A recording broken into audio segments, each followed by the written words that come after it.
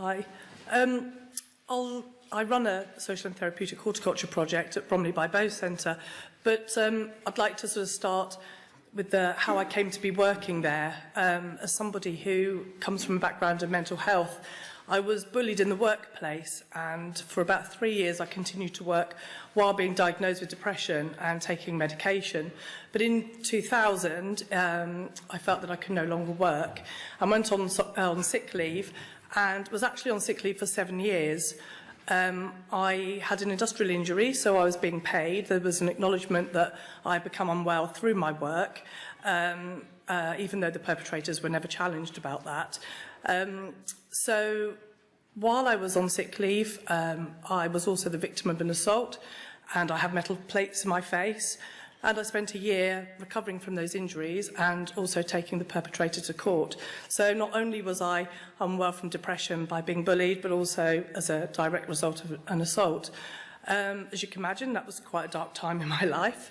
I thought I probably would be a web designer. I bought an iMac computer with some compensation money from my injuries, and spent quite a long time learning how to use a computer and to build websites. But while I was on sick leave, I think I was in my 7th year of being on sick leave, it was coming to the point where my employers were pushing me to make a decision about my future, whether I was going to be redeployed, be retrained, or whether I was going to probably be paid a small amount of compensation and have my contract terminated. In that year, I think it was 2007, at the beginning of that year, my GP felt that I would benefit from engaging in some volunteering at the Bromley-by-Bow Centre. So he made a referral to our learning ambassadors team. When I arrived at the centre, it was unlike anywhere I'd been before. There was a courtyard with wisteria in flower. There was a pond. People were friendly and said hello. And when I met with a member of staff from the learning ambassador team, I kind of immediately felt that this was somewhere that I could or would love to work at, but also felt that I could probably happily volunteer. It coincided with my manager, Vanessa Barker, wanting to set up a therapeutic horticulture project. And we had a very, very untidy space in the garden with some very roughly planted out circular beds, which had, I think up until that point, been used as a food growing space for some local Bangladeshi ladies. And when the soil was tested, it was felt that it was too contaminated for food growth. So we felt that we could use that as a flower growing space, and identified another space that we could afford to decontaminate the soil so we could build some specific food growing spaces. So all that happened within the first year that I was working as a volunteer. I started off working for 2 hours a week.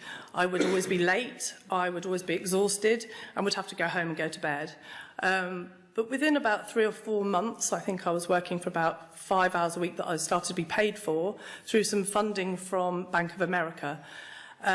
This also coincided with me starting some adult education singing classes, which is, you can probably tell, I'm quite more confident in using my voice than I probably was back then, though I am a little bit nervous at the moment. But what used to happen was my voice would crack up, would kind of go croaky, I would lose my breath, I would start to hyperventilate, and the singing really helped me get control of my voice. And I actually joined a gospel choir for a while, which was very beneficial to getting control over my voice and working with people. By the end of my first year, so the end of 2007, I came off antidepressants that I'd been on for 10 years and 11 months, and I was also working for 17 hours a week. I was also running some children's gardening groups that was funded by Children in Need, and continued to do that for 2 years.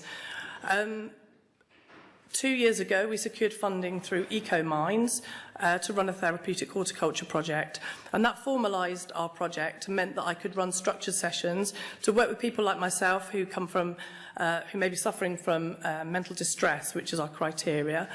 So that's sort of anxiety, lacking in confidence, maybe people who've been made redundant or through disability or ill health, felt that they wanted to engage in something but didn't really know what that something might be.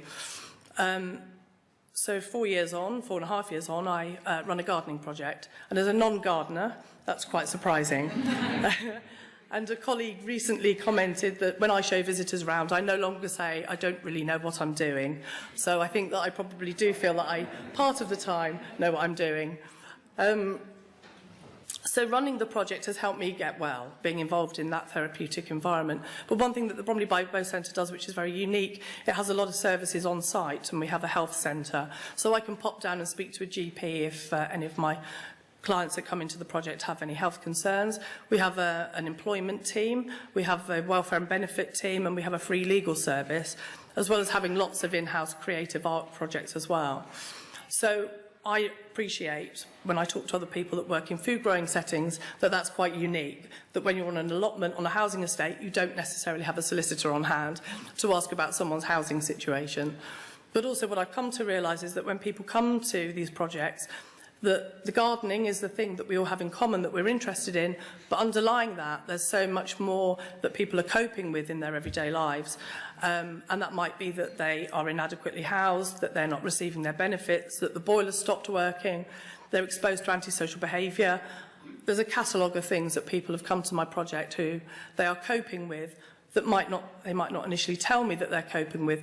But as I build a relationship with those people and understand them, I'm able to identify what those problems are and support them into the right services. So the food growing and the flower garden are the things that we all have in common and that we want to engage in. But of course, it's much, much more than that. And as Sarah has found out and Capital Growth have found out through their projects, is that the food growing is the thing that we're all doing. But the benefits that people reap from that is much, much more.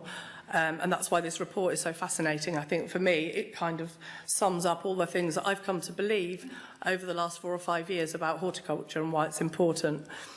And I think that working in the centre, in a tiny park surrounded by a canal, railway lines, housing estates, that having a green space that can offer so many different things, flowers, food, green space for children to play in, is absolutely vital. And it's something that I'm sort of passionate about working towards. And I think that also what I've realised through the project is that it takes a long time for people to get well and be ready to return to work.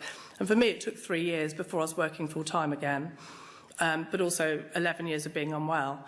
And I know that the people that come into my project might not end up in employment, and that might not be their focus. But there are other people that would like to be employed. And I know from 2 people that I've been working with recently that horticulture has become something that they feel very passionate about.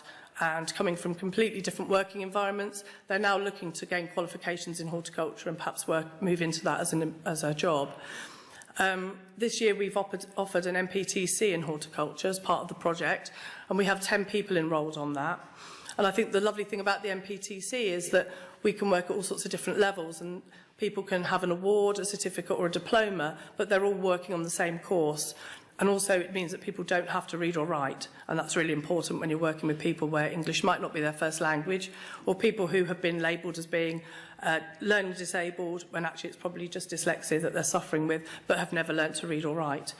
So through offering that qualification, I think that I've seen the value of allowing people the opportunity to work towards a certificate, but actually doing it in an informal setting where people are supported, given the time to achieve their goals, and not kind of working in the setting that maybe colleges have. So, you know, if someone's off sick 1 week, which they often are, their attendance might be irregular, they might start late, they are still able to achieve something in the time that they come along to the session, and ultimately they will receive a certificate at the end of the course.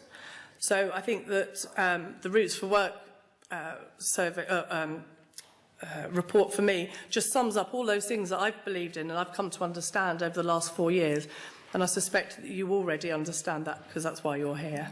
Thank you for listening.